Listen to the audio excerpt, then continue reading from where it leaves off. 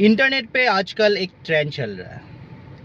किसी भी शो या मूवी को बिना देखे उसको हम एंटी मैन, प्रोपागेंडा या फिर एजेंडा ड्रिवन बोल रहे हैं। और इसी बीच आई है जियो हॉटस्टार की 6 एपिसोड सीरीज चिराया।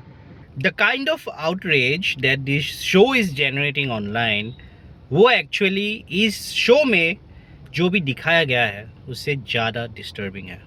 शो को लेके जो र्यूमर ऑनलाइन चल रहा है वो ये है कि शो क्लेम करता है कि 82% of married women actually report being sexually abused. मैंने पूरी सीरीज देख ली। ये स्टेट ना तो सीरीज में कोई इसको डायलॉग बोल के बोलता है, ना कि ये किसी सीन में आता है, ना कि किसी टेक्स्ट के द्वारा इस स्टेट को दिखाया गया है इस शो में। एक्चुअल शो में जो स्टेट आता है वो ये है कि according to NFHS 2019, 5 to 6% of women has actually reported being sexually forced by their husbands. लेकिन लोगों ने इस 5 to 6% को 82% बना के इतना फैला दिया है इंटरनेट पे that people are actually believing now कि ये शो प्रोपागेंडा और झूठ फैला रही है। ये एक क्लासिक एग्जाम्पल है ऑफ द सेइंग के repeat a lie enough times that it becomes the truth.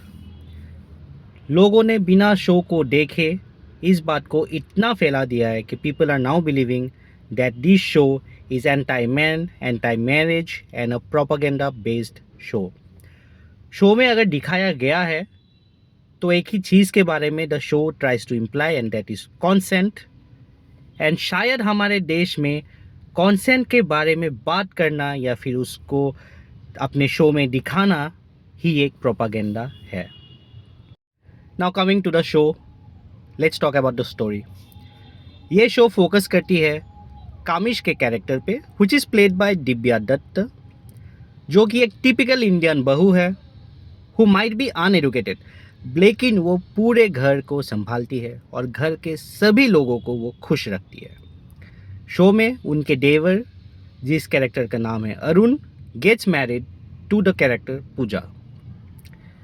Now शादी के रात यानी कि सुहाग रात के दिन पूजा का कैरेक्टर बार बार बोलती है कि she is not feeling well and she is not comfortable with sex. She says no multiple times. लेकिन अरुण उसकी सभी मैसेजेस को इग्नोर करते हुए ही force himself on to Pooja. और यही से शुरू होता है शो का main core, consent in marriage. Pooja ढूंढती है एक सेफ स्पेस एंड धीरे धीरे कामिश का कैरेक्टर उसकी एलाई बन जाती है। कामिश रियलाइजेस कि इतने सालों से घर पे जो भी चीज़ें चली आ रही थी, जो उसको लगता था कि नॉर्मल है, लेकिन अब उसको रियलाइज़ होता है कि this things are actually very problematic. अगर हम अभी परफॉर्मेंस की बात करें तो Divya Dutta is outstanding in her role. She is the complete soul, she drives everything in the show and she is a delight on screen. Pooja का कैरेक्टर का role जिस एक्ट्रेस ने प्ले किया है, she has taken a big risk taking such a risky role in early in her career and to some extent she is able to deliver and express the trauma and the suffering the character goes through. Piyush Mishra as a patriarchy man is excellent and perfect. He shows the perfect example of an educated man but a highly conditioned mindset. जो वो portray करते हैं through this character is seen on the screen. बात करते हैं show के खामियों की। शो का राइटिंग काफ़ी ऑन द नोज़ है। ये एक टीवी का डेली सोप या फिर टीवी सीरीज़ जैसा लगता है। सटलिटी एकदम ही नहीं है इस शो में।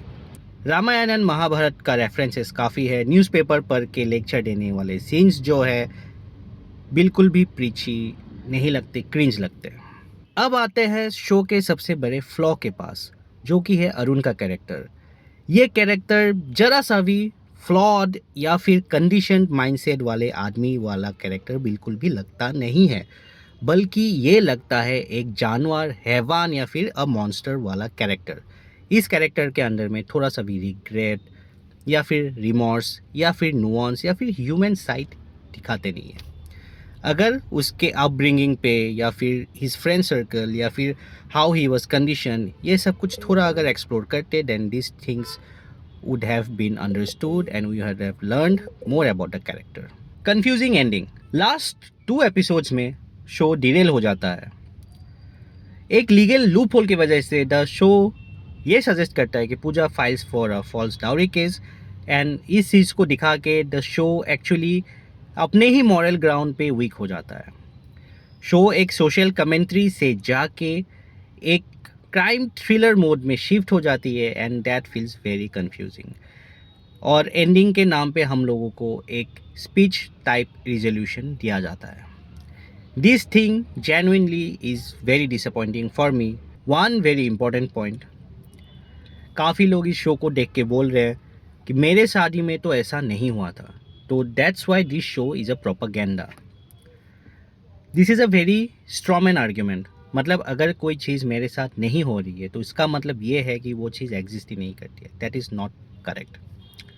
फॉर एग्ज़ाम्पल, मे बी आप और हम बड़े सिटी में रहते हैं तो इसलिए हम कास्ट डिस्क्रिमिनेशन इतना देखते नहीं है, लेकिन उसका मतलब ये तो नहीं है कि कास्ट डिस्क्रिमिनेशन इंडिया में है ही नहीं।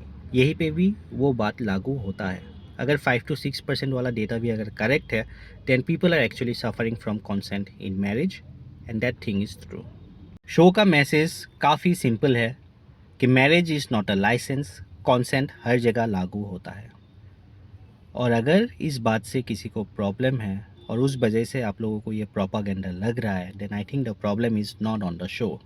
Final verdict for the show, ये शो परफेक्ट नहीं है। राइटिंग वीक है, एंडिंग इज़ वेरी वीक, लेकिन जिस वजह से इस शो को अटैक किया गया है वो बात भी गलत था। अगर सिर्फ कॉन्सेंट का बात करना ही प्रोपागेंडा है, देन आई थिंक हम लोगों को ऐसे शोज़ और चाहिए। इंटरनेट पे जो नैरेटिव चल रहा है उस पे मत जाइए। आई विल सजेस्ट आप खुद इस शो को देखिए और डिसाइड कीजिए। I will give this show a 2.5 out of 5, but the topic that this show picks up is actually necessary in our society. क्या आपने चिराया देखा? आपको कैसी लगी? कमेंट में ज़रूर बोलिए। If you have not subscribed, please subscribe to my channel. In Filmi Lala हम सिर्फ मूवीज़ देखते नहीं बल्कि समझते भी हैं। Thank you.